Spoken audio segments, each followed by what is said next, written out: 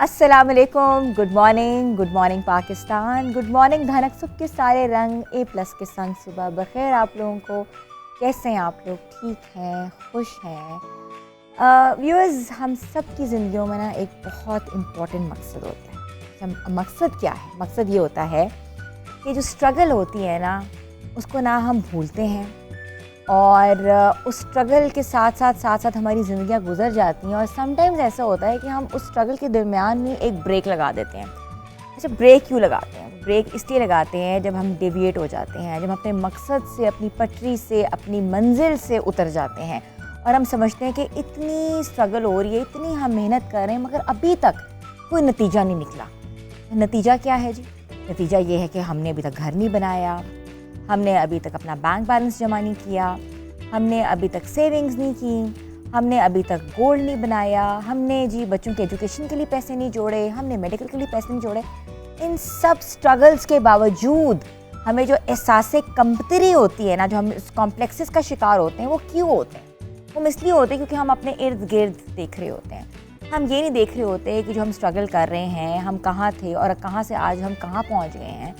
और ये हम इस चीज़ का शुक्र अदा ही नहीं करते कि हम कहाँ थे, हमने कहाँ से स्टार्ट किया और आज हम जिस मकाम पे पहुँचे हैं वो एक स्ट्रगल है। मगर उस स्ट्रगल के साथ हम ये सोच रहे होते हैं कि भाई अब तो कुछ होने नहीं वाला, इससे आगे हम कहाँ जाएंगे, इससे आगे तो हमारी प्रमोशन नहीं होगी, इससे आगे हम क्या कर लेंगे, कौन सा ऐसा मकसद है जो कि हम अचीव कर लेंगे जो हमने अचीव नहीं कर सके। तो वो उस हम पटरी जो हमारी ट्रेन की चल रही होती है उससे हम उतर जाते हैं और जब हम उतरते हैं तो बिल्कुल ही जो कामयाबी का जो एक सफ़र, एक दौर जो हमारा चल रहा होता है उससे भी जाते हैं और एंड में बिल्कुल दिल बर्दाश्त होकर बैठ जाते हैं कि अब तो कुछ करना नहीं है हमने, अब हमारे पास जो है उसको हम खाएंगे या हम कहीं इन्वेस्ट कर देते हैं और उसका जो प्रॉफिट होता है वो खाना शुरू हो जाते हैं। जो हमारा जो एक प्लानिंग होती है, एक जो मकसद होता है वो ख़त्म हो जाता है ज़िंदगी में। तो ये छोटे छोटे मैसेज मैं इसलिए देती हूँ क्योंकि मैं चाहती हूँ कि जो कि मैसेज मैं दूँ वो ऑटोमेटिकली मैं आप लोगों के साथ थोड़ा सा शेयर करूं और जो मेरा मैसेज है वो मेरे लिए भी एक तरह से एक मैसेज के तौर पे ही होता है कि जो चीज़ें मैं आपसे शेयर करती हूँ ऑटोमेटिकली मैं अपने पे भी अप्लाई करूं। तो इस इम्प्लीमेंटेशन के साथ आज प्रोग्राम का आगाज़ करते हैं कि हमने जो स्ट्रगल किया है, हमने हर मोड़ पे, हर मौके पे, हम जो जिस कामयाबी की दौड़ में हम लगे हुए हैं उस दौड़ को हमने खैरबाद नहीं कहना, उस दौड़ को हमने मज़ीद आगे लेके जाना है क्योंकि जब तक सांस है तब तक मेहनत है और मेहनत तब तक नहीं जा सकती जब तक हमारी सांसें चल रही हैं। ज़िंदगी की जो गाड़ी है वो चलती रहनी है और इस गाड़ी में अगर हम रुक जाएंगे तो हम कहते हैं ना कि हम अब ख़त्म कर लेंगे, हम ख़त्म हो जाएंगे, हमारी ज़िंदगी जीने का मकसद ही ख़त्म हो जाएगा।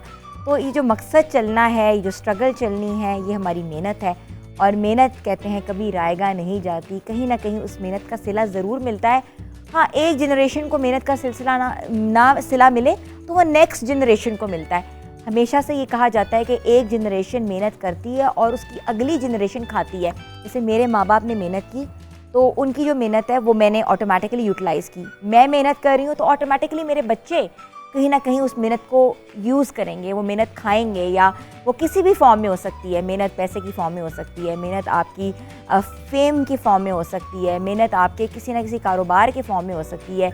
मेहनत आप एक पौधा लगाते हैं तो वो पौधा जो है वो जब दरख्त बनता है तो ऑटोमेटिकली कहते हैं कि आवर डे इज़ डन, हमारी ज़िंदगियों का जो मकसद है वो पूरा हो गया। तो when you feel like stopping, think about why did you started. हमेशा से ही जब आप स्टॉप करते हो तो कभी सोचो कि हमने क्यों शुरू किया था। तो इसी मैसेज के साथ आज अपने प्रोग्राम का आगाज़ करेंगे और हमारे प्रोग्राम में आज हमारे मेहमान ख़ास भी होंगे और आज हम आपको लाइन्स ऑफ पाकिस्तान जो कि ऐसे लोग जो कि स्पेशल हैं, जो कि किसी ना किसी चैलेंज में होते हैं, वो अपनी ज़िंदगी कैसे गुजारते हैं, वहाँ से आपको पता लगेगा मेहनत। आज हम बात कर रहे थे, यहाँ लेते हैं छोटी सी ब्रेक के बाद वापस आएंगे। Stay tune with us and good morning धनक।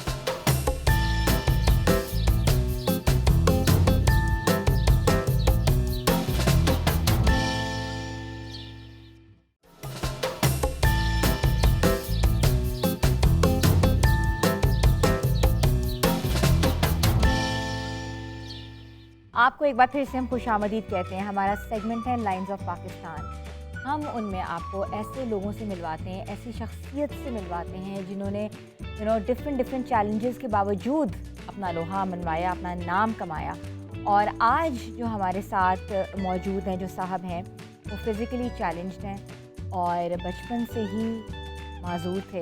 और इस माजूरी के साथ साथ उन्होंने ना सिर्फ अपना काम कर रहे हैं, जॉब कर रहे हैं, बल्कि आर्ट्स के अंदर आर्ट से वाबस्ता हैं और बहुत अच्छा काम कर रहे हैं। और उनको किन किन हालात का सामना करना पड़ा, क्या क्या चीज़ें उन्होंने फेस की, आइए उनकी ज़बानी सुनते हैं। तो मैं इनवाइट करती हूँ आपको वेलकम करती हूँ राजा अब्बास साहब को। अस्सलाम वालेकुम जी। वालेकुम। कैसे हैं आप? पहले तो मुझे बताएं कि ये आपके दोनों हाथ नहीं हैं और आप माजूर हैं। बचपन से आपने किन किन मुश्किलात का सामना किया, कैसे बड़े हुए आप? जब मैं पैदा हुआ था तो मैं चल नहीं सकता था और गिरता था, अनबैलेंस था। और फिर घर वालों ने काफ़ी सपोर्ट दिया मुझे। उन्होंने काफ़ी मेहनत की, उठा के चलाना, उन्होंने खाना पिलाना, वॉशरूम वगैरह करवाना, कपड़े चेंज करना, सारा कुछ उन्होंने खुद करते थे। फिर जब 12-13 साल की उम्र तक मैं अपने पाँव पे खड़ा नहीं हो सकता था और जब मैं अपने पाँव पे खड़ा हुआ तो फिर उन्होंने स्कूल के लिए एडमिशन का पता किया। तो काफ़ी स्कूल्स में हम लोग गए, वहाँ पे हमें एडमिशन नहीं मिली। उन्होंने कहा था कि हमारे पास नॉर्मल बच्चे हैं और ये स्पेशल है, तो इनके लिए स्पेशल एक स्कूल होता है। अब्बास, आप पैदाइशी तौर पे आपके जी दोनों भाई बाजू बात नहीं से। थे जी और आप 4 बहनों के इकलौते भाई हैं। जी। तो अम्मी अब्बू के लिए कितना मुश्किल था, क्योंकि तब तो इतनी फैसिलिटीज़ भी नहीं होती थी जी। कि किसी स्कूल में डालते आपको। तो कैसे उन्होंने ये सब कुछ किया? बस वो काफ़ी स्ट्रगल वगैरह भी किए हमने। और जब मैं इस काबिल हुआ तो उन्होंने मुझे डॉक्टर्स वगैरह पे चेकअप करवाया, हर जगह पे करवाया। तो स्ट्रॉन्ग जब मैं अपने पाँव पे खड़ा हुआ हूँ तो स्कूल एक हमारे चचा का एक्सीडेंट हुआ तो उनका टांग टूट गई थी। तो उस स्कूल में वहाँ पे हॉस्पिटल के अंदर स्कूल भी था, जो कि फिरोजपुर रोड पे गैलेक्सी पे स्कूल है स्पेशल बच्चों का। आप वहाँ से पढ़े? जी। वहाँ पे फिर मैंने जब बच्चों स्कूल में हम लोग एडमिशन के लिए गए तो मैंने वहाँ पे देखा कुछ काफ़ी डिसेबिलिटी में बच्चे थे और कुछ मेरे जैसे भी थे और जिनके हाथ नहीं थे और कुछ टांगों से मजबूर थे, कुछ बॉडी से मजबूर थे। हाथों में बाजुओं पे तो एक ग्रिप होती है ना पेंसिल पकड़ने की, क्या आपको वही ग्रिप महसूस हुई जब आपने पाँव में पेंसिल पकड़ी? जी। मुझे पता है कि फीलिंग्स तो नहीं होंगी, क्योंकि पता है पैदाइशी आपको नहीं फीलिंग होगी कि बाजू हैं आपके। जी। मगर जब आपने पहली बार पेंसिल अपने पाँव पे पकड़ी तो कैसा लगा, क्या मुश्किलात हुई आपको? मैं तब बचपना था, मुझे तो इतना पता नहीं था। कितने साल की उम्र में उन्होंने पेंसिल पकड़ना सिखाई आपको? मैं आई थिंक 12-13 साल की उम्र में था। तो मुझे इतना तो इल्म नहीं था कि इतनी स्ट्रगल होगी, पर लाइफ का तब पता चला था कि जब मैंने स्कूल से बाहर निकल के दुनिया को देखा। तो with the passage of time, जिस तरह बहुत सी चीज़ें हम पकड़ने की कोशिश करते होंगे आप, या पकड़ते होंगे, क्योंकि फ़ोन का जो इस्तेमाल होता है वो तो बड़ा हाथ से होता है, उंगलियों से होता है, तो वही फ़ोन आप पाँव से इस्तेमाल करते हैं। जी। तो आपका फ़ोन किधर है इस वक्त? मेरी पॉकेट में। तो आप कर सकते हैं अभी इस्तेमाल? नहीं, पॉकेट से निकाल नहीं सकता। अच्छा, वैसे यूज़ कर सकता हूँ। अच्छा, मैं आपका फ़ोन निकलवा देती हूँ आपकी पॉकेट से। व्यूअर्स, ये मैंने फ़ोन निकलवाया और ये एक ऐसा ये एक चैलेंज इंसान है, मगर he is so much blessed कि ये अपनी ज़िंदगी को इन्होंने बहुत नॉर्मल तरीके से यूटिलाइज़ कर रहे हैं। अक्सर होता है कि कस्मे पुरसी में हम समझते हैं कि ज़िंदगी नहीं गुजर सकती, मगर ऐसे भी माशाल्लाह ब्लेस इंसान हैं जिन्होंने कभी हिम्मत नहीं हारी और अपनी हिम्मत से वो अपनी ज़िंदगी चला रहे हैं। और आप ये अच्छा, आप इस तरह ऐप्स किस तरह आप पाँव से आप खोल लेते हैं? सबसे पहले तो मैंने इसको लगाया हुआ है थंब लॉक, क्योंकि यहाँ से मैं ऑन करता हूँ और मेरे थंब से ही ओपन हो जाता है। अच्छा, थंब लॉक लगाया हुआ है। जी। हालांकि कुछ लोग कहते हैं कि पाँव का अंगूठा नहीं लगता, तो मुझे इसमें कोई प्रॉब्लम नहीं है। हर जगह पे मेरा लॉक है, क्योंकि मैंने वर्किंग करनी ये होती भी है। एक बड़ी नई बात है कि पाँव का अंगूठा लग जाता है। हाँ जी। हमेशा कहते हैं ना कि फिंगरप्रिंट होता है वो आपका, ये आपके जी, हाथ जी। का थंब लगता है, लेकिन जी। पाँव का भी थंब लग जाता है। जी। और उस पर टाइपिंग करना हो या कोई भी मैसेज करना हो, जैसे कि मैं लिख रहा हूँ। Very nice. और इतनी माशाल्लाह फास्ट आपकी टाइपिंग है। लोग तो अपने हाथ से इस तरह की टाइपिंग करते हैं, मगर माशाल्लाह आप बहुत अच्छा टाइप कर रहे हैं। मैंने बस एक चीज़ सीखी है कि कोशिश करे इंसान तो अल्लाह कुछ प्यार नहीं आगे साथ देता। तो मैंने हमेशा मेरे घर वालों ने भी यही कहा है कि हिम्मत नहीं हारनी, कुछ भी हो जाए आपके साथ। तो हिम्मत की है और अल्हम्दुलिल्लाह से यहाँ तक पहुँच गया। तो इब्बास आपने कहाँ तक पढ़ा? मैंने FA तक पढ़ा हुआ है। मैंने मैट्रिक किया उसी स्कूल से मैट्रिक किया, क्योंकि वहाँ पे हमें स्कूल में पेंटिंग के साथ साथ स्टडी बहुत अच्छी हमें करवाई गई। खाना हमें दिया जाता है, यूनिफॉर्म दिया जाता है। वहाँ पे हमारा टीचर्स के साथ ऐसे माहौल होता है जिस तरह हम एक फ्रेंड्स हैं और एक हम जिस तरह घर पे बैठे हुए हैं। अच्छा। हमें ना तो उन्होंने स्ट्रिक कभी दिया है, ना हमें हमारे पे हाथ उठाया उस्ताद ने, ना ही कभी हमें टॉर्चर किया। हमें गेम्स भी वहाँ पे सिखाई गई। हर साल हमें खैबर पख्तूनख्वा लेके जाते हैं यहाँ से गाड़ी पे, और वहाँ पे स्पोर्ट्स होती है। मैं रेस में हिस्सा लेता हूँ वहाँ पे। अच्छा, रेसेस में भी हिस्सा लेते हैं? जी। और अच्छा। मैंने फिर स्कूल में जब पढ़ता था तो मैंने अपने घर के पास देखा एक लड़का शॉप पे मैं बल्ब बनवाने से एनर्जी सेवर जो होता है वो बनवाने के लिए गया, तो मैंने देखा वो एनर्जी सेवर ना अपने हाथों से बना रहा है। मैंने उसकी चीज़ें देखी और मैंने उसको कॉपी किया। घर पे आके मैंने पाँव से खुद इलेक्ट्रॉनिक का काम किया। वो उसी एनर्जी सेवर को मैंने खुद से तैयार कर लिया। पाँव से आपने तैयार जी। किया? Very फिर nice। मैंने बुक्स जिल्द करवाने गया, तो उसको मैंने देखा बुक्स कैसे की जिल्द कर रहा है, तो मैंने उसको देख के कॉपी किया और घर आके अपनी बुक्स सारी खुद जिल्द करता था। किसी के बाहर पैसे ज़ाया करने के बजाय वो अपने काम खुद किए मैंने। और अब अल्हम्दुलिल्लाह से कंप्यूटर लिया मैंने न्यू, उसको देखा वो किस तरह तैयार कर रहा है। कंप्यूटर को आप कैसे इस्तेमाल करते हैं, मतलब कि पाँव से ही आप इस्तेमाल जी करते जी, हैं? मैंने यहाँ तक कि अपना सिस्टम खुद तैयार किया हुआ है। अच्छा, व्यूअर्स मैं बताना चाहती हूँ कि अब्बास जो हैं वो ग्राफिक डिज़ाइनर हैं और साथ साथ पेंटिंग भी करते हैं, मगर बैनर्स, ब्रोशर्स और डिफरेंट किस्म की जो एडवर्टाइजमेंट मटेरियल है वो तैयार करते हैं। जी। तो आपने क्या इसका भी बाकायदा कोई कोर्स किया था? नहीं, ये मैंने काफ़ी लोगों से सुना था जी इसके कोर्सेज होते हैं, सीखना पड़ता है ये वो। जो बेसिकली इसका काम होता है वो कोरल ड्रा पे होता है, और मैंने ना तो कोरल ड्रा सीखा है ना तो मैंने कुछ और सीखा है। मैंने वो सॉफ्टवेयर किया है जो कि अडोब फोटोशॉप 7.0। आप दिखा सकते हैं मुझे अपना सॉफ्टवेयर, आप किस तरह काम वो करते हैं? कंप्यूटर में होता है, कंप्यूटर पे करते हैं, फ़ोन पे नहीं रखा हुआ आपने? ठीक है। और आपने जो क्लिप रखा हुआ था फ़ोन पे, जी वो मेरे मुझे पास दिखाएं। है। तो वो अडोब फोटोशॉप पे बनाना और उस पे बनाना, मोबाइल पे बनाना और कोरल पे बनाना बहुत मुश्किल होता है, और अडोब पे जो मैं वर्क कर रहा हूँ वो सबसे डिफ़िकल्ट होता है। तो मैं आपको ये दिखाता हूँ।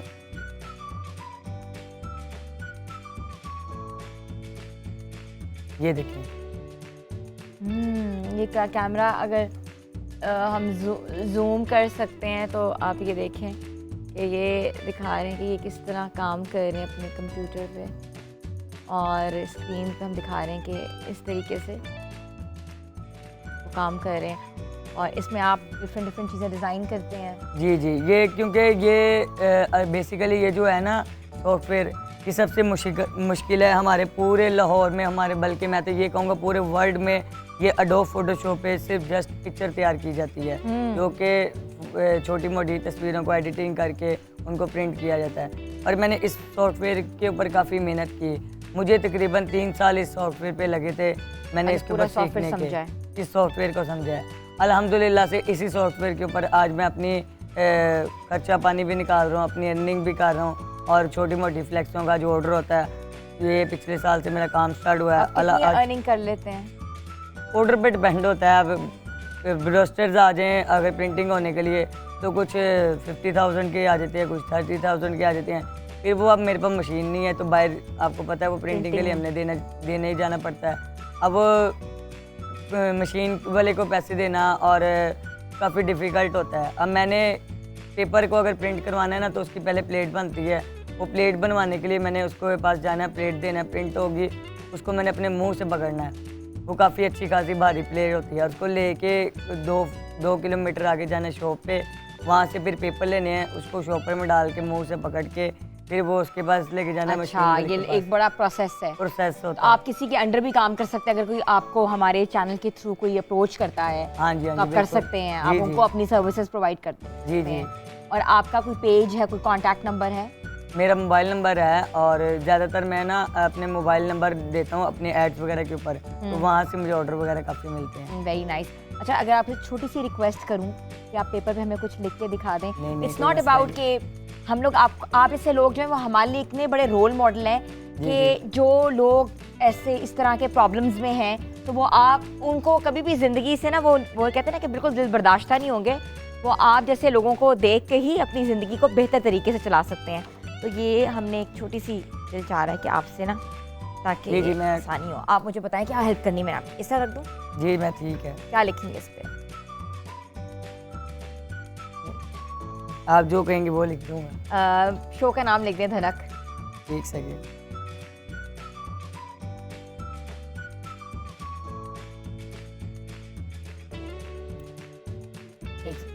ये लें।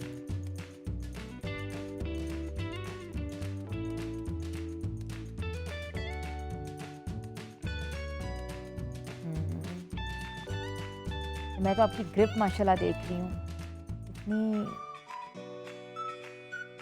इतनी स्ट्रॉन्ग ग्रिप है।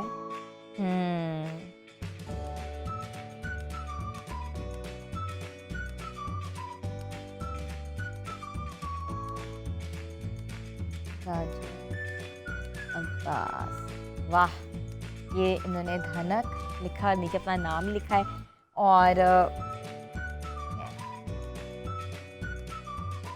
ये देखिए इन्होंने नाम लिखा है। अच्छा, हमेशा ये कहा जाता है कि जो फिज़िकली चैलेंज लोग होते हैं उनके बहुत से इश्यूज़ होते हैं, उनको ज़िंदगी गुजारने में बड़ी प्रॉब्लम्स होती हैं, मगर राजा अब्बास जो है इतनी बड़ी एग्जांपल हैं कि जिन्होंने हर चीज़ को एक्सेप्ट किया और एक्सेप्टेंस के साथ साथ उन्होंने जो उनका दिल किया, जैसे उनका शौक़ था पेंटिंग का, उनको शौक़ था रंगों का, उनको शौक़ था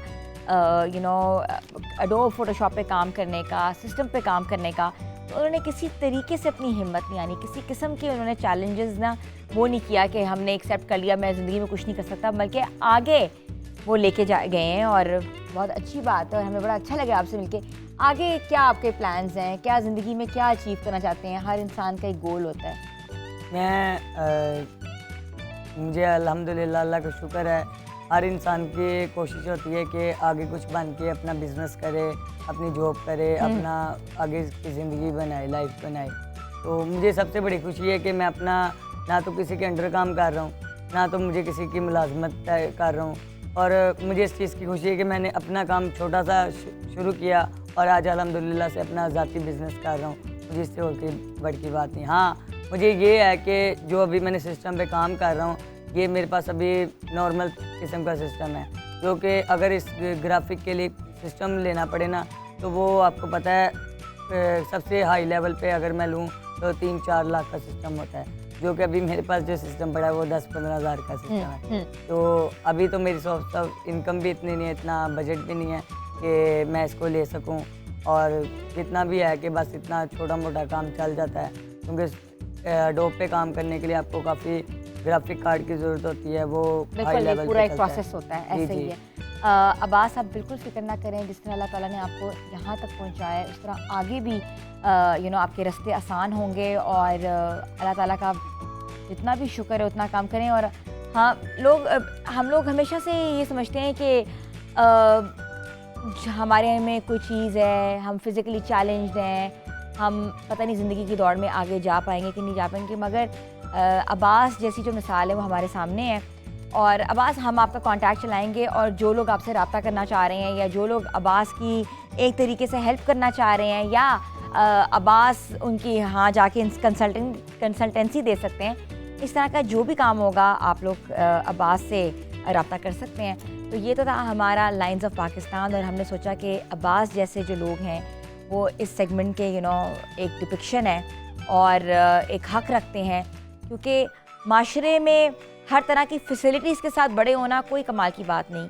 कमाल तभी है जब इंसान एक चीज़ों से कहते हैं ना कि एक चैलेंज चीज़ों से आगे बढ़े और अपनी ज़िंदगी को भरपूर तरीके से गुजारे, यही असल हक है। तो इसके साथ छोटी सी ब्रेक पे जाते हैं, ब्रेक के बाद हाजिर होंगे और आपको बताएंगे कि आज के मेहमान ख़ास और कौन से हैं।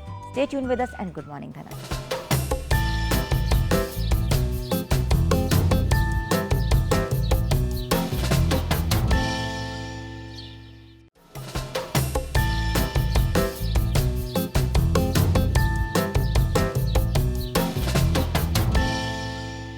Welcome back viewers. अब हमारा टाइम हो गया है कि हम आपको बताएं कि हमारे मेहमान ख़ास कौन है। हमारे मेहमान ख़ास दोनों जो हैं वो ड्रामा इंडस्ट्री से उनका ताल्लुक़ है और बहुत से ड्रामाज़ में आपने उनको देखा है, बहुत सी फिल्मों में आपने उनको देखा है, मॉडलिंग करते रहे हैं और इसके साथ जो उनके साथ हैं वो चाइल्ड स्टार रही हैं और बचपन से अभी तक उनके भी ड्रामाज़ हम देख रहे हैं और वो बहुत कुछ करते हैं।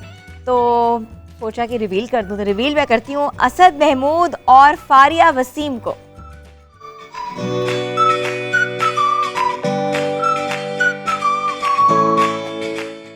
अस्सलाम वालेकुम। फारिया क्या हाल है? अस्सलाम वालेकुम असद, क्या हाल है आप लोगों के? ठीक ठाक। अच्छा, मैं भी सबसे पहले सवाल था, आप दोनों का कोई ड्रामा तो नहीं इकट्ठा आ रहा? नहीं, you are meeting for the first time. नहीं, बिल्कुल भी नहीं आ रहा। चले, शायद पता नहीं अब अगली ऑफर क्या आ जाए। हाँ, हो शायद। सकता है। प्लीज सब देखने वालों देख लो। फारिया इतने अरसे के बाद वापस कम बैक की है, कहाँ थी? मैं इधर ही थी और मैंने यही सोचा था कि जब भी कम बैक करूंगी तो A+ से करूंगी because A+ has always been my home. Asad आप बताएं। मेरा कहाँ? बहुत काम आया है A+ से। मतलब हाँ। अब तक मैंने जितना भी काम किया है उसमें सबसे ज्यादा जो मेरे सीरियल्स ऑन एयर हुए हैं वो A+ से हुए, लकीली।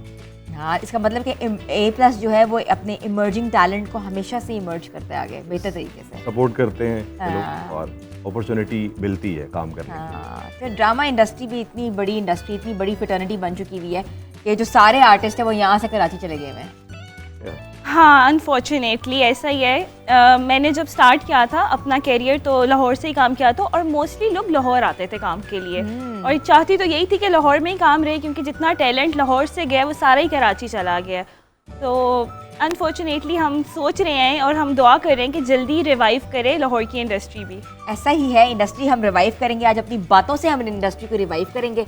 आप लें हमारी हॉट सीट, वहाँ होंगे थोड़े से तेज दम सवाल और उन सवालों के Thank जवाब देखना वो। अच्छा, पहले लोग कहते हैं आप प्लीज अपने शो का फॉर्मेट बता दें, क्या पूछेंगी आप, क्या पूछेंगी? मैंने कहा मैं वो सब कुछ पूछूंगी जो कि आप नहीं बताना चाहते। चलें असद से स्टार्ट करते हैं। असद, मॉडलिंग, उसके बाद सपोर्टिंग एक्टिंग आपने की, उसके बाद अब मेन लीड की। कितनी लंबी जर्नी थी, कहाँ से शुरू किया? लोग समझते हैं पता नहीं रातों रात फेमस हो गए। ये बड़ा ज़रूरी है प्रोसेस के थ्रू आना।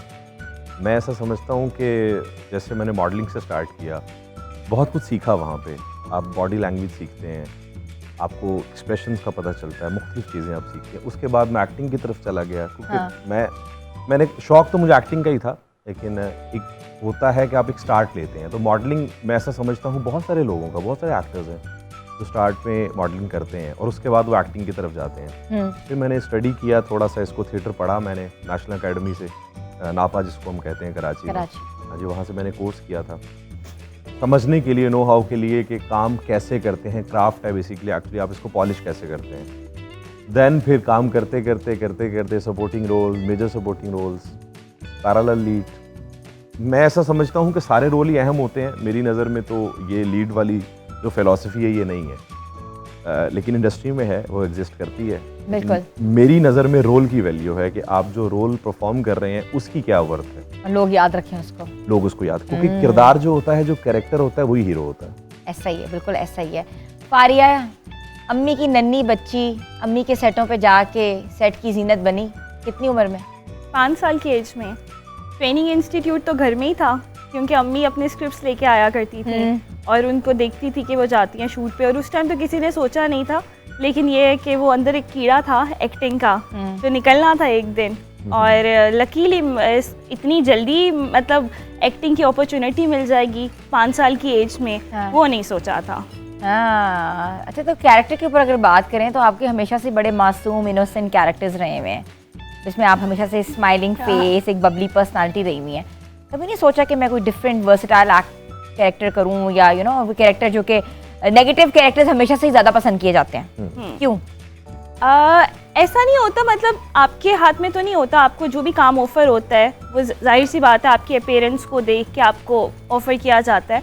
और काफ़ी दफ़ा मैंने ऐसे कहा भी है, मैंने अपने कैरियर का आगाज़ तो कॉमेडी सिटकॉम्स वगैरह से किया था। देन इवेंचुअली वो एक टाइम आया था जहाँ वो मासूम और वो रोना धोना बहुत ज़्यादा मतलब ऑफ़र होने लग गया। फिर मैंने खुद से भी बोला कि मुझे कुछ नेगेटिव या कुछ डिफरेंट कैरेक्टर करना है, लेकिन ये है कि अगेन पेरेंट्स को देख के नेगेटिविटी नहीं आ रही है, तो नेगेटिव कैरेक्टर्स कहाँ से ऑफ़र होंगे। बट हाँ, वर्सटैलिटी के लिए तो आई एम ऑलवेज ओपन। मुझे तो जो भी अच्छा काम ऑफर होगा तो मैं I am looking forward to it. आपका जो मेन लीड प्ले था वो A+ से ही लॉन्च हुआ, हाँ जी। उसके बारे में बताएं, कैसा सफ़र था, क्या क्या कास्ट कनीज़ की बहुत अच्छी मेमोरीज़ हैं। लाइक सिर्फ डेब्यू सीरियल होना, वो भी ओवरनाइट सक्सेसफुल होना, और इतना अच्छा मतलब कास्ट क्रू सब कुछ इतना मेमोरेबल रहा है कि मतलब याद करने वाली जर्नी है मुझे ना। कि जब मुझे कनीज़ ऑफ़र हुआ था तो काशिफ कबीर जो A+ से ही रिलेटेड है, उन्होंने मेरा नाम आगे नॉमिनेट किया था। फिर जंजबील आपा, उन्होंने मुझे इतनी लड़कियों में से सिलेक्ट किया था, and I was really happy. और मेरा क्योंकि चाइल्ड कैरेक्टर्स कर करके इतना तंग आ गई थी कि अब फाइनली जाके कुछ अच्छा ऑफ़र हुआ, तो मैं इतना एक्साइटेड थी। फिर उसके बाद फैसल बुखारी साहब, इतने सपोर्टिव डायरेक्टर, तो मुझे लाइफ में लोग बहुत अच्छे मिले अपनी कैरियर में कि उन्होंने मुझे आगे अपॉर्चुनिटीज़ दी, आगे ग्रो करने का मौका दिया। और फिर मेरी अम्मी का सपोर्ट तो हमेशा ही मेरे साथ था। बिल्कुल ऐसा ही है। असद, वैसे तो आपकी एक यू हैव आपकी बॉडी डिफरेंट है, यू नो, बॉडी बिल्डर जिसको कहते हैं, तो दौड़ में आपने बहुत से एक्शन स्टंट्स किए। क्या वो एक्शन स्टंट्स रियल थे कि वो मेड अप थे? बड़ी मज़े की बात आपको बताता हूँ, उसमें मोस्टली जो स्टंट्स हैं वो रियल थे। रियल से मुराद कैसे थे, आपको मैं एक वाकया शेयर करता हूँ, बड़ा मज़े का वाकया। एक सीक्वेंस था जिसमें विलन्स जो हैं जीप के पीछे, गाड़ी जीप नुमा जो गाड़ी थी उसके पीछे रस्सों से बांध के हीरो को खींचते, और वो जंगल था। ये दरिया रावी के पास ही नियर एक जगह है, स्पॉट है जहाँ पे काफ़ी ज़्यादा दरख्त हैं। वहाँ पे वो सीक्वेंस हम शूट कर रहे थे। उन्होंने सलीम महराज और बाकी जो कामरान मुजाहिद जो विलन्स थे, उन्होंने मुझे और वो दूसरे लड़के को साथ में बांधा गाड़ी के पीछे, और उन्होंने गाड़ी स्टार्ट की और घसीटना स्टार्ट किया। हमने सेफ्टी पहनी हुई थी, यहाँ पे मैंने सेफ्टी यूज़ की थी और दूसरे बॉय ने भी सेफ्टी यूज़ की। फोम था यहाँ पे लेग्स पे और एब्डोमेन पे, सब चीज़ों पे। लेकिन एक पैशन होता है ना कि आपको पता है कि आप काम कर रहे हैं तो आपने करना है इसको। हमारे पास फैसिलिटी उस तरह से नहीं है पाकिस्तान में, लेकिन करना था, खुद करना था, चलो यार हम करते हैं।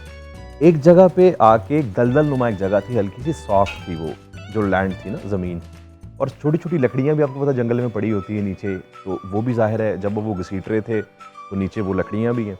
अब वो एक जगह पे जब दलदल थी ना हल्की सी, वहाँ पे जब गाड़ी मैं जब पहुँचता हूँ वहाँ पे, तो बॉडी वेट की वजह से, क्योंकि एक्शन था तो मसल्स वगैरह बनाए हुए थे, बॉडी वेट भी ज़्यादा था, तो गाड़ी को थोड़ा सा जोर लगा वो सॉफ्ट जगह से मुझे निकालने के लिए।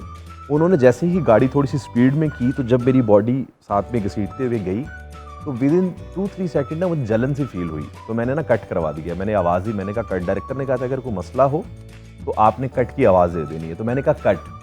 तो जब कट किया तो मैं उठा तो देखा तो ये मेरी शर्ट जो थी सारी फट चुकी थी, सेफ्टी निकल चुकी थी, और मैं सारा टोटल इंजर्ड हो चुका था। एब्डोमेन, बाजू और यहाँ से ये पूरा पोर्शन जो था मेरा वो छिल चुका था वहाँ पे। तो डॉक्टर ने कहा यही चाहिए थी मुझे। बस वो एक इंसिडेंट हो गया, लेकिन उसके बाद हमने उस सीक्वेंस को पूरा शूट किया। फिर भी उसी के बीच में अभी भी तकरीबन 2 घंटे का काम बाकी था, और उसी तरह ही हमने फिर शर्ट चेंज की, बैकअप था, शर्ट चेंज की, और उसके बाद फिर मैं अगले दिन भी शूट थी सुबह 6 बजे। उसके बाद फिर मैं रात के वक्त गया था, जब मैंने उसको जाके अपना वो हॉस्पिटल गया, मैंने उसको जाके क्लीन करवाया, सब किया जाके, लेकिन 2 घंटे का काम अभी बाकी था। आपको लगा कि बाकी जो रियल सलमान खान जो स्टंट्स करते हैं वो मैं कर सकता हूँ? मैं ऐसा समझता हूँ, ये जो है स्टंट्स इस तरह के बहुत कम लोग, नए लोग कर जाते हैं। तो सीनियर्स होते हैं वो तो इस तरह करते भी नहीं है विदाउट सेफ्टी। हमने भी सेफ्टी यूज़ की थी, लेकिन उस तरह की नहीं थी। लेकिन आप किसी भी बहुत सीनियर एक्टर को बोलें जो कि हीरो हैं, उनको बोलें आप इस तरह का स्टंट करें, वो कभी भी परफॉर्म नहीं करेंगे। अच्छा, कभी भी नहीं करेंगे। अनफॉर्चुनेट है कि हम लोगों को उस तरह की फैसिलिटीज दी नहीं जाती। अब जब भी एक्शन सीन्स की बात करें तो मोस्टली एक्टर्स बता रहे होते हैं कि इस तरह के इंसिडेंट्स हुए हैं अब उनके हुआ ये साथ। है कि हमारे यहाँ इंडस्ट्री उस तरह से नहीं है, अभी डेवलप नहीं है, फिल्म उस तरह से बन नहीं रही हैं। जाहिर है जब एक आधा काम इस तरह का होता है तो उस तरह हमें फैसिलिटेट उस तरह नहीं किया जाता, बहुत हाई बजट चली जाती हैं चीज़ें। तो पैसे मिलते हैं इंजरी के बाद? देखिए पैसे क्या, पैशन है, पैशन है, काम तो आपको पता है, फिल्म बिजनेस जिस तरह करती हैं, जिस तरह बस चीजें ऐसे होती ही है। हैं, आपको पता ही आपके है हर सारी काम चीज़ें। का आपको पैसे मिले, I think your job is done. इधर Yes. लेते हैं छोटी सी ब्रेक के बाद वापस आते हैं हमारे साथ असद और फारिया हैं। Stay tuned with us and good morning धनक।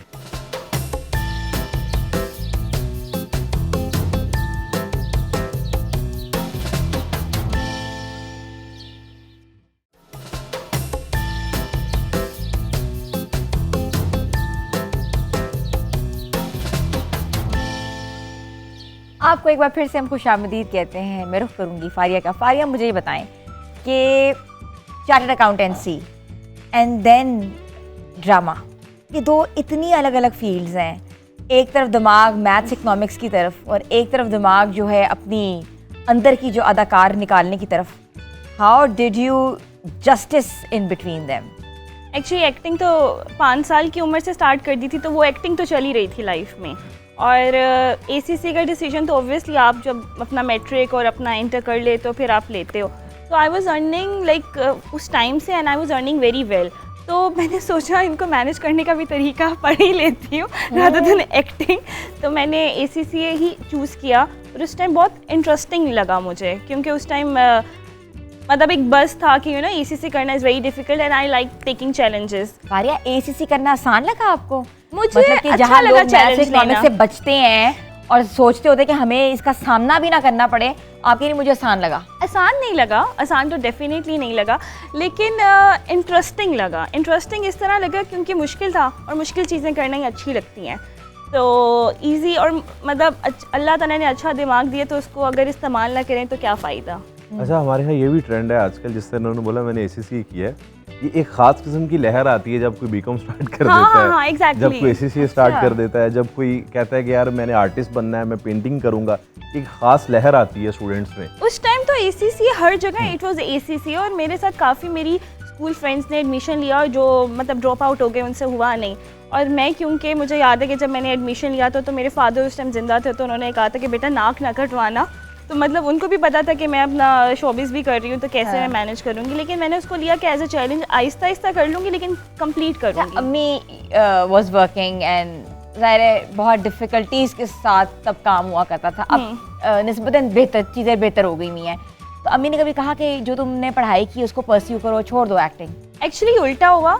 ACC जब कर लिया तो लगा कि लाइफ में चलो कुछ अच्छा अचीव किया तो उसको भी परस्यू करना चाहिए, दोनों चीज़ों को साथ साथ। आई नो कि इट्स डिफ़िकल्ट, लेकिन चाहती थी कि दोनों चीज़ों को साथ साथ रखूं। तो मेरी अम्मी को यही था कि नहीं, एक्टिंग को ही परस्यू करना है, क्योंकि वो खुद एक आर्टिस्ट रह चुकी हैं।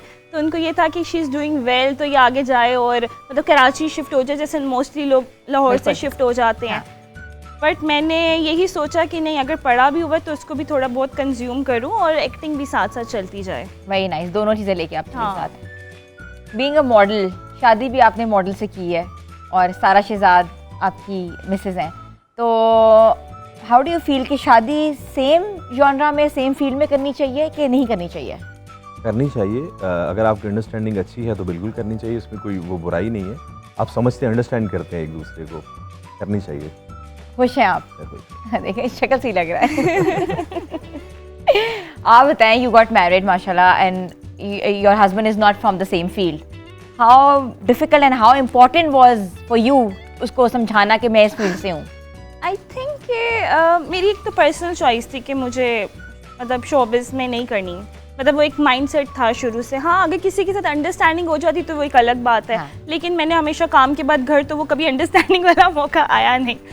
और आई थिंक डिफ़िकल्ट हो जाता है समझाना, जो सेम फील्ड से ना हो उसको समझाना, क्योंकि आपको पता हमारे वर्किंग आवर्स भी अब तो फिर भी थोड़े अच्छे हो गए हैं कि हम लोगों ने स्टैंड ले लेके कि नहीं 10 बजे के बाद काम नहीं करना। बट वो एक टाइम था जहाँ आप 10 बजे को क्या 12 बजे को भी क्रॉस कर जाते थे, कोई टाइम सेट ही नहीं था कि आप जा रहे हो और आने का पता नहीं है। तो वो चीज़ें समझाना फैमिली को बहुत डिफ़िकल्ट हो जाती हैं। पर अब आई थिंक अब का टाइम थोड़ा चेंज हो गया, अब जो देखने वाले हैं उनको भी समझ है और अब काफ़ी अच्छे लोग आ रहे हैं हमारी इंडस्ट्री में। तो आई थिंक थोड़ा बहुत मिक्स एंड मैच ही चल रहा है अभी। पता है, अब ज़्यादा लोग इमर्ज हो रहे हैं, अब पढ़ के आ रहे हैं। पहले एक्सपीरियंस से लोग आते थे, एक्सीडेंटली आते थे, या कोई लेगेसी होती थी तब आते थे। तो you are happy in your married life then? Yes yes yes, अल्हम्दुलिल्लाह। हाँ चलो, अब अच्छी बात है। आज हमारे दोनों कपल्स माशाल्लाह खुश असलूबी से मान रहे हैं कि हम दोनों खुशी खुशी शादी। इनको तो मानना ही पड़ेगा ना। ये बात भी है। घर जाके तो मैं बात करूंगी, किस मीडियम में सबसे ज़्यादा काम करना अच्छा लगा? फिल्म भी की आपने, टीवी भी किया आपने, मॉडलिंग भी किया आपने, और हिना मैंने तीनों मीडियम्स पे एंजॉय किया। थिएटर भी किया है मैंने, एग्जाम्स का अपने, मतलब उसके बाद तो मैं परफॉर्म नहीं कर सका थिएटर, लेकिन एग्जाम्स के थे 2 थिएटर, वो परफॉर्म किया था मैंने। अच्छे मीडियम में, अगर आपको अच्छा रोल मिल रहा है करने को, टीवी है या फिल्म है, आप दोनों जगह पे आप इंजॉय करते हैं। लेकिन अगर रोल अच्छा है तो, अगर उसमें मार्जिन है तो काम वही है जिसमें मार्जिन है। और जहाँ तक मॉडलिंग की बात है, वो मुझे थोड़ा सा स्लाइटली बोरिंग लगता है थोड़ा सा, बिकॉज एक ही जगह पे स्टिल खड़े होके आप काम कर रहे होते हैं और एक्सप्रेशंस दे रहे होते हैं और आपके लिमिटेड से पोजेस होते हैं। जब आप मॉडलिंग करते थे तो मॉडलिंग साइलेंट होती है, बिल्कुल साइलेंट एक्सप्रेशन होता है, यू नो। तो आपको हम लगता नहीं था कि मैं एक शो पीस हूँ, मैं क्या कर रहा हूँ, मेरे मुंह में ज़बान है, why shouldn't I work in a different medium? मुझे असल में उस वक्त वो वाली हिस्स जागी नहीं थी, ये वाली जो अभी जागी हुई है ना एक्टिंग वाली, वो वाली हिस्स जागी नहीं थी। वो स्टार्टिंग था, जाहिर है वही सब कुछ था। जैसे जैसे आप जिंदगी में आगे जाते जाते हैं, आपकी वो एक जो नेकेड आई जब ओपन होती है, तब आपको पता चलता है चीज़ों का कि नहीं यार, ये चीज़ इस तरह भी की जा सकती है। अब जब बहुत हर मीडियम पे मैं काम कर चुका हूँ, तो अब मैं बहुत आसानी से ये डिसाइड कर सकता हूँ कि यार ये इसमें मुझे ज़्यादा मज़ा आ रहा है या उसमें मुझे ज़्यादा मज़ा आ सबसे रहा है। ज़्यादा पैसे किस मीडियम में मिलते हैं, ये बताएं। अपना बिजनेस हो आपका अच्छा, उसमें अच्छे पैसे ये बात भी है। यही बात मैं आपसे पूछूंगी। आपने मुझे ये बताया था और फिर ऑफ कैमरा बताया था कि सबसे ज्यादा पैसे आपको अपने काम पे ही मिलते हैं। सही बात है, आप अपने काम के बादशाह होते हैं और आपको सब कुछ पता होता है कि हाँ कितनी अर्निंग आ रही है। और जॉब तो जॉब ही होती है जैसी भी है। शोबिज़ के जो पैसे हैं वो आपको भी पता ही है, वो एक्सपेंस बहुत ज़्यादा होता है, मेंटेनेंस बहुत ज़्यादा आपकी होती है। जो आप कमाते हो अपने पे लगाते हो। वार्डरोब होता है जिसमें आप अपने जिम जाते हैं, अपनी बहुत सारी चीज़ें कर रहे होते हैं, डाइट कर रहे होते हैं, सब कुछ कर रहे होते हैं। तो अल्टीमेटली एंड पे आप अपना खाली बैंक अकाउंट देख रहे होते हैं और नेक्स्ट पेमेंट का वेट कर रहे होते हैं। You don't get paid that much जितना हम लगा देते हैं। अच्छा, लोगों को ये होता है कि अच्छा ड्रामाज में काम करें, पता नहीं कितने पैसे ले रहे होंगे। बस वो कुछ लोग हैं जिनको बहुत ज़्यादा मिलते हैं, लेकिन उस लीग तक जाने के लिए भी आपको बहुत वो ज़्यादा लोग effort कौन चाहिए। से हैं, थोड़े नाम लेंगे? आप जिस तरह 100 लोग हैं, वी ऑल 100 नो, है। लेने की क्या जरूरत 15 है। ऊपर के जो एक्टर्स हैं वो हाईली पेड होते हैं और बाकी जो 85 होते हैं वो स्ट्रगल में ही होते हैं, जाहिर सी बात है। ऊपर के जो 15 एक्टर्स हैं, मैं पूरी इंडस्ट्री की बात कर रहा हूँ। उस लेवल तक जाने के लिए आपको बहुत ज़्यादा टाइम चाहिए, आपको एक मेजर हिट चाहिए, एक ऐसा सीरियल चाहिए कि आप रातों रात स्टार बन जाएं। या तो स्टार हमेशा पैसे कमाएगा, अगर आप पैसे की बात करें तो स्टार के पास पैसे होंगे, उसको कमर्शियल से भी आएंगे, उसको मीट एंड ग्रीट से भी आएंगे, उसको काम से भी आएंगे, उसको हर तरफ से पैसे स्टार को पैसे आते हैं, एक्टर को पैसे नहीं आते। आते हैं। लेकिन जो बहुत ज़्यादा पैसे कमाने की आपने बात की है, वो बहुत ज़्यादा जो पैसे हैं वो एक सर्टेन लेवल के बाद जाके आप टच करते हैं। उससे पहले तो आपको पैसे मिलते हैं, आम लोगों से बहुत ज़्यादा अच्छे पैसे मिल रहे होते हैं। लेकिन क्योंकि क्राइटेरिया इस तरह का है और आप मेहनत बहुत कर रहे होते हैं, अपने ऊपर बहुत ज़्यादा पैसे इन्वेस्ट कर रहे होते हैं, तो अल्टीमेटली आप सेविंग्स नहीं कर पाते। फारिया, मुझे बताएं कि सबसे ज़्यादा किस एक्ट्रेस के साथ काम करना मुश्किल लगा आपको? जितने भी हमारे सीनियर एक्टर्स हैं या जो भी मतलब नॉन एक्टर्स हैं, उनके साथ तो मुश्किल नहीं रहा, because they are very professional, उनको डायलॉग्स वगैरह का कोई मसला नहीं होता। मुश्किल लगता है जब कोई न्यू कमर आ जाता है। अच्छा। हाँ, मतलब हम अच्छा समझते हैं कि आप न्यू टैलेंट को लेके आएँ, लेकिन कुछ लोग इतने अनप्रोफेशनल हो जाते हैं ना कि आप एक सीन करें और वो बार बार रीटेक्स और बार बार रीटेक्स, तो आपकी एनर्जी बहुत डाउन हो जाती है। तो अक्सर कुछ न्यू कमर्स ऐसे होते हैं, उनके साथ ज़रा टफ होता है। तो उनको तो सीखने का मौका मिल रहा होगा आप लोगों से। बड़ा मिलके। मिक्स सा जवाब दिया है इसने।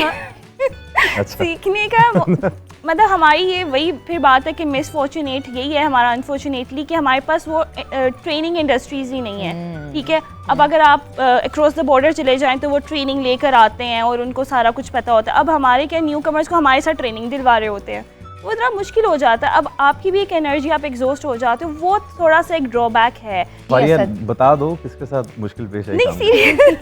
नहीं सीरियसली न्यू कमर्स अच्छा। के साथ होता है। अच्छा, आप बताएं असद, आपको किसके साथ प्रॉब्लम हुई? देखिए, मुझे जहाँ पे प्रॉब्लम होती है, जिन लोगों के साथ प्रॉब्लम होती है, मैं उनको शो नहीं करता, लेकिन मैं अपना एटीट्यूड उसी तरह का कर लेता हूँ। जिस तरह आप मुझे ट्रीट करोगे मैं आपको उसी तरह ट्रीट करूँगा, उसके अकॉर्डिंगली करूँगा। ये नहीं कि बदतमीजी से नहीं करूँगा मैं, लेकिन उसको टैकल करना होता है आपने टेक्निकली, और कोशिश ये करता हूँ कि मेस ना क्रिएट हो किसी अच्छा, भी कौन किस्म सा का। एक, मैं क्वेश्चन ब्रेक्स पे जाना है, मैंने आपसे पूछूंगी एक सवाल कि सबसे ज़्यादा पेयर जो था आपका वो किसके साथ मशहूर हुआ? काफ़ी एक्ट्रेसेस के साथ किया है काम, लेकिन अभी पता नहीं चलता कि ऑडियंस क्या डिसाइड करती है। नाम कुछ नहीं होता। नहीं, वो पेयर वाली बात जो है, रिपीट किसके साथ ज्यादा काम हाँ, किया मैंने? ऐसे कर लें कि सबसे ज़्यादा काम किसके साथ किया? ज्यादा तो मेरी माएँ ही रिपीट हुई हैं ड्रामों में, पेयर के अलावा जो माएँ बनी ये हैं। तो बिल्कुल बिल्कुल वो मतलब हर ड्रामे में वही माँ बन रही होती है, हर ड्रामे में वही माँ बन रही है। काफ़ी सारी हैं, शाइस्ता जबी हैं जिस तरह, रुबीना आरिफ है जिस तरह, हर ड्रामे में आपको माएँ वही मिल रही थी। हीरोइंस तो फिर भी बदल जाती हैं, मतलब एक आती है फिर दूसरी, फिर तीसरी, फिर तो इसका चौथी। मतलब कि आपका गिला है कि प्लीज असद की माएँ चेंज कर दें, क्योंकि असद को वही शक्ल बार बार देखनी पड़ती है। मगर हमारी इंडस्ट्री की लेजेंड्स है वही, हम Legend. उनकी सपोर्ट करते हैं, उनसे प्यार करते हैं। यहाँ लेनी छोटी सी ब्रेक के बाद वापस आते हैं। Stay tune with us and good morning.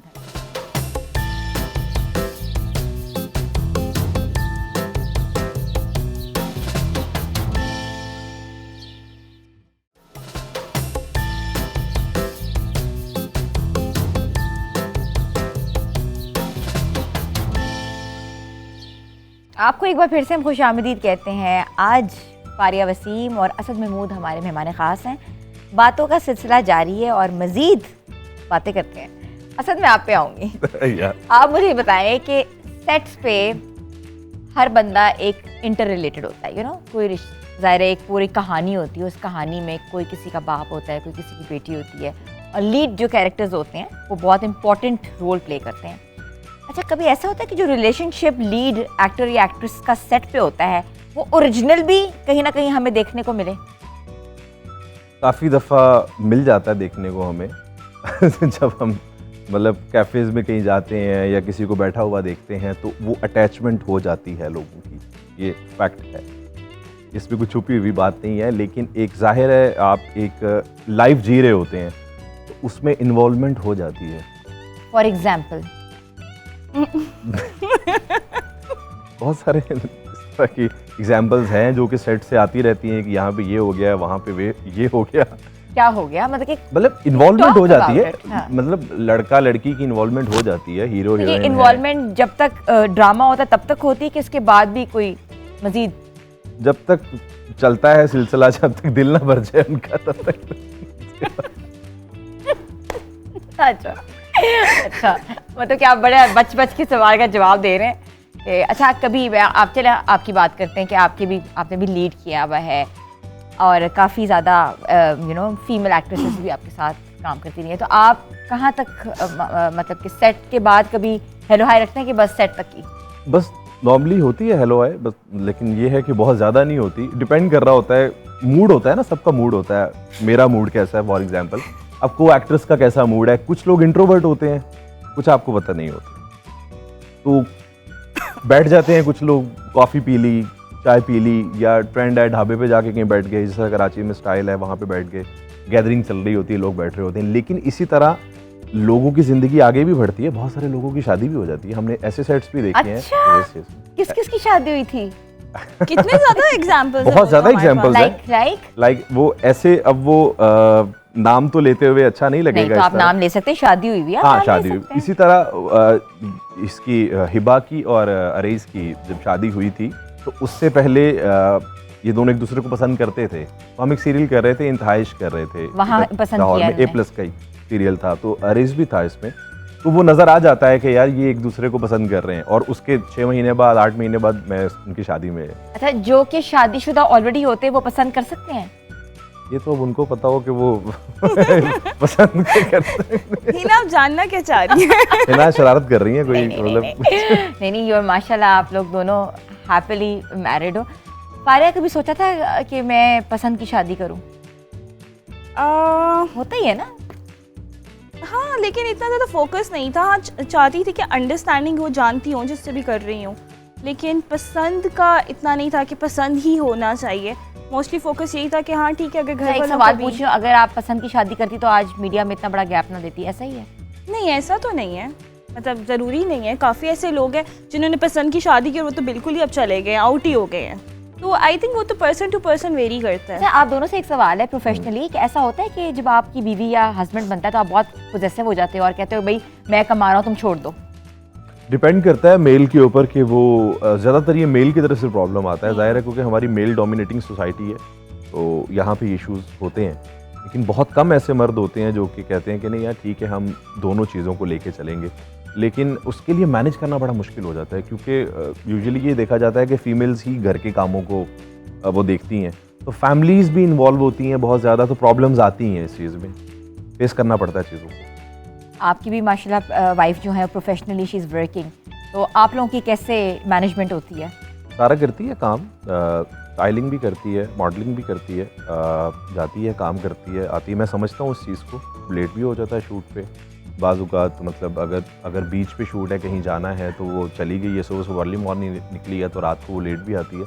मैं तो इस चीज़ को अंडरस्टैंड करता हूँ, लेकिन एक मीडिया का जो आदमी नहीं है उसके लिए इस चीज़ को अंडरस्टैंड करना बहुत मुश्किल अच्छा, है। ये बात मैं इधर रोकूंगी, मीडिया का आदमी भी उतना ही डिमांडिंग होता है। ऐसी बात नहीं है कि मीडिया का आदमी डिमांडिंग ना हो। समझते हैं, हम समझ सकते हैं, हम डिमांडिंग तो हैं, लेकिन 9 to 5 वाले नहीं होते, 9 to 5 वाले नहीं होते। टाइमिंग्स ऑड हैं, ये बहुत कम लोगों को पता है कि मीडिया की टाइमिंग्स ऑड हैं। बाज़ औक़ात काफ़ी ज़्यादा लोग इन्वॉल्व होते हैं, हैपनिंग्स होती हैं, शूट लेट हो जाता है किसी की वजह से भी, मेकअप आर्टिस्ट नहीं आया, कोई और मसला हो गया, ड्रेसेस ज़्यादा हैं, ये चीज़ रह गई है, उस पे लेट हो जाता है।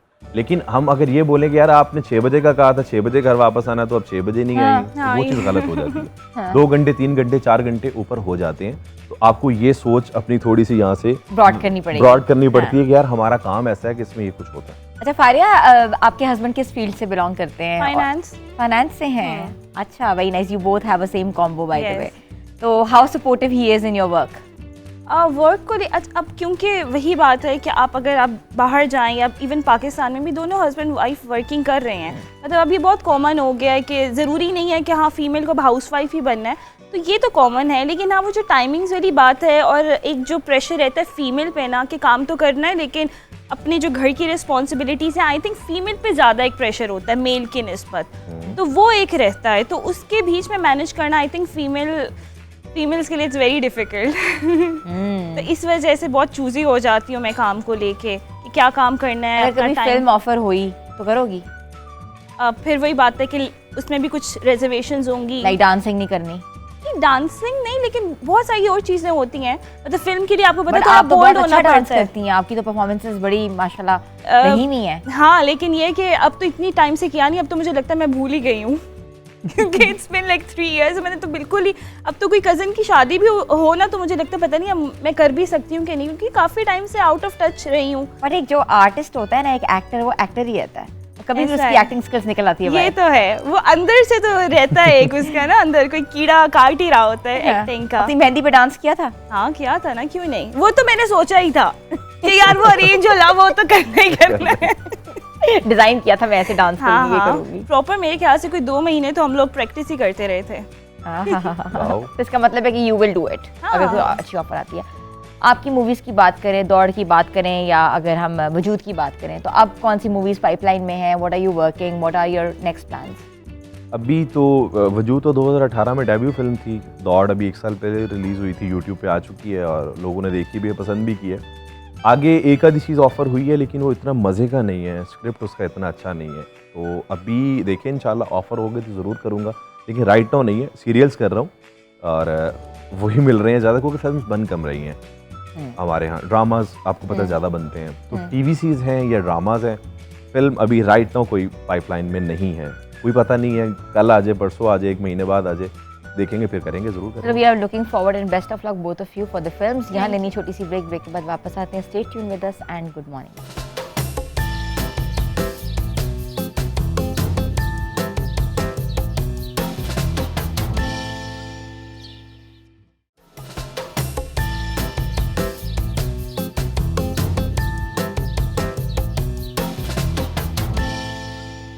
Welcome back viewers. हमने सोचा कि क्यों ना हम किचन का रुख करें, और किचन में हमारे साथ हमारी बहुत प्यारी सी शेफ़ होती हैं अनम, और अनम ने आज किस दिल से क्या बनाया है? Anam, over to you. इस दिल से कि आज बेसिकली हमने बनाया है वेजिटेबल विद मेल्टेड चिकन, और इसको ऑन साइड सर्व किया है मैंने इसको पेने पास्ता के साथ। आप चाहें तो इसको जो है पोटैटो, मैश पोटैटोस, या फिर आप उसको जो है फ्राइज़ के साथ जो है वो सर्व कर सकते हैं। सिंपल इसकी रेसिपी है, बेसिकली 3 स्टेजेस के अंदर ये कुक होगा। और उसमें सबसे पहले आपने क्या करना है कि चिकन के फिलेट्स, बिल्कुल थिनली फिलेट्स आपने कट कर लेने हैं, जैसे कि आप स्टेक्स के कट करते हैं।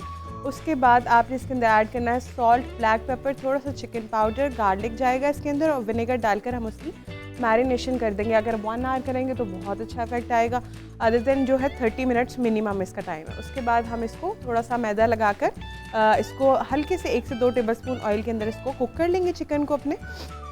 उसके बाद दूसरी साइड पे अलग से जो है हम वेजीज रेडी करेंगे, उस पर थोड़ा सा सॉल्ट होगा, मिक्स हर्ब्स जाएंगे, थोड़ी सी सोया सॉस ऐड करेंगे। अच्छा, वेजीज जो है आपकी अपनी पर्सनल चॉइस है। उसके बाद आपने चिकन की एक लेयर सेट करनी है, उसके ऊपर आपने वेजिटेबल्स डालनी है और उसके ऊपर मैंने मोज़रेला और चेडर को मिक्स करके जो है डालकर उसको थोड़ी देर के लिए कवर कर दिया और वो चीज़ मेल्ट हो गई। अगर आपको थोड़ी सी चीज़ क्रिस्पी चाहिए तो आप बेशक अपनी अवन की ऊपर वाली ग्रिल को ऑन करें और उसके ऊपर आप इसको थोड़ा सा क्रिस्पी कर लें। और जो पैने पास्ता के लिए पास्ता लिया है मैंने, पैने पास्ता आप कोई भी अपने चॉइस का पास्ता यूज़ कर सकते हैं। सिंपल फ्रेश कोरिएंडर है, इसमें मिक्स हर्ब्स है, सॉल्ट, ब्लैक पेपर और सोया सॉस और गार्लिक के साथ इसको मैंने प्रिपेयर किया। ऐसा ही है, अब सर्व करते हैं। हमारे जो गेस्ट हैं, सुबह सुबह का वक्त है, हमने सोचा कि आज उनको हैवी नाश्ता कराएं। वैसे तो वो पाए निहारी बिरयानी बड़े शौक से खाते हैं, मगर आज ये अच्छा, मुझे बताइएगा कि इसकी कैलोरी कितनी है? ये बेसिकली अगर आप खाली वेजिटेबल्स और वो यूज़ करेंगे चिकन, तो लाइक 400 कैलोरीज के साथ ये आप इसको कंप्लीट मील के तौर पे खा सकते हैं, क्योंकि आपको प्रोटीन्स भी मिल रहा है और इसमें फाइबर भी आपको टोटल इसकी सबकी अभी 400? इस वक्त जो है ये तकरीबन होगा कोई 1000 कैलोरीज That's तक too होगा। much. हाँ, नहीं है मतलब भी है। इट्स लाइक कंप्लीट Complete मील। आप meal है। अगर इसको अभी, क्योंकि ये वाइट पास्ता में, लेकिन अगर आप इसको ब्रांड पास्ता में कन्वर्ट कर देंगे तो कैलोरीज जो है वो फौरन से कम हो जाएंगे। यानी तो कि हम आज इसको आप ऑलिव ऑयल में भी कुक कर जी, सकते बिल्कुल। हैं? बिल्कुल olive आप oil कुक में भी भी कर सकते हैं। और आज चीट डे है आपका, क्योंकि हमारे जो गेस्ट होते हैं वो हमारे सेट पे आके इसलिए चीट डे Thank you. करते हैं क्योंकि ऑब्वियसली हम चाहते हैं कि हम अपने गेस्ट की खातिर तवाज़ो करें। अच्छा, थोड़ी सी सोशल मीडिया पे बात करते हैं। कितने एक्टिव हैं सोशल मीडिया पे? फारिया, आप कितनी एक्टिव हैं? आपको तो वैसे मैंने कभी नहीं देखा एक्टिव। मैं तो इतनी इनएक्टिव रही हूँ कि मेरी अम्मी तक मुझे बोलती हैं यार कुछ तो पोस्ट कर दिया करो। और मेरी काफ़ी फ्रेंड्स हैं जिन्होंने मेरा इंस्टाग्राम बनवाया और मुझे कहा कि धक्के से कुछ पिक्चर्स डलवाएं। आजकल तो काम ही इंस्टाग्राम की फॉलोइंग से मिलता है। ऐसा ही है, बट मुझे वो चीज़ पसंद नहीं है कि इसको देख के क्यों आपको जज किया जा रहा है। मतलब नॉर्मली यही है कि आपके कितने फॉलोअर्स हैं, इतने अरसे से हम कितने काम कर फॉलोअर्स रहे हैं हैं। आपके? मुझे ये भी नहीं पता।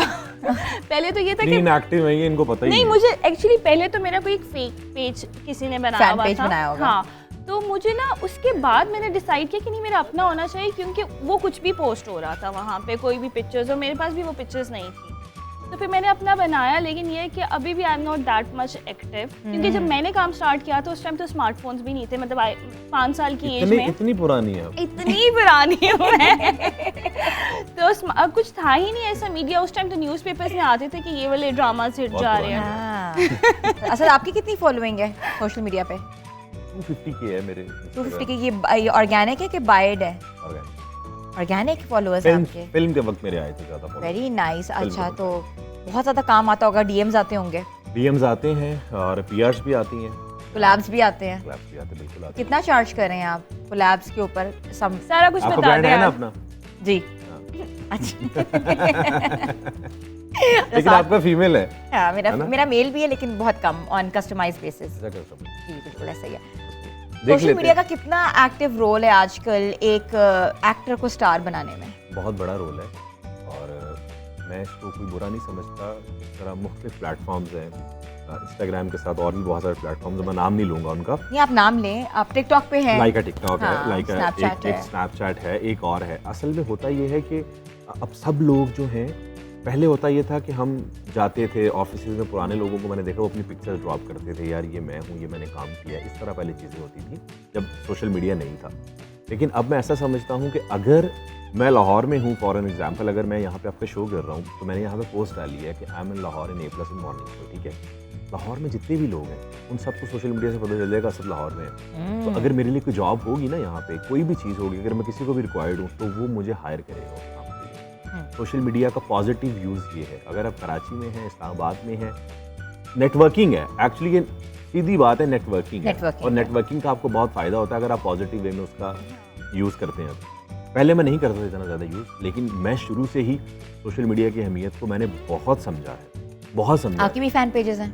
मेरा फ़ैन पेज है, बिल्कुल है, मेरा अपना एक फ़ैन पेज है। ठीक है। गूगल के ऊपर बहुत ज़्यादा मेरा डाटा है, क्योंकि मेरी ये न्यूज़पेपर्स के ऊपर बहुत Pictures वगैरह आती रिपोर्ट्स रही वगैरह हैं। लगती थी, फिल्म्स के आर्टिकल्स लगते थे। तो ये चीज़ें आपको काफ़ी ज़्यादा पे करती हैं Boost भी आपके करती हैं। थ्रू आउट आपके करियर में, क्योंकि ये आपका रिकॉर्ड होता है। फारिया, आज आपने डाइट नहीं करनी, प्लीज़ आप खाएं। नहीं, मैं खा रही वी हूँ। Want you to eat and tell. हमारी जो शेफ हैं वो इसलिए आपकी मुंतज़र हैं क्योंकि आपका जो फीडबैक होगा वो उनके लिए एक पॉजिटिव मैसेज नहीं, होगा। It's very nice, very nice. मैं इंटरप्ट नहीं करना चाह रहा था, लेकिन मैंने खाया है, लेकिन बहुत ही मज़े का है, बहुत मज़े का है। आपने- पास्ते के साथ इसका जो कॉम्बिनेशन है वो बहुत अच्छा है।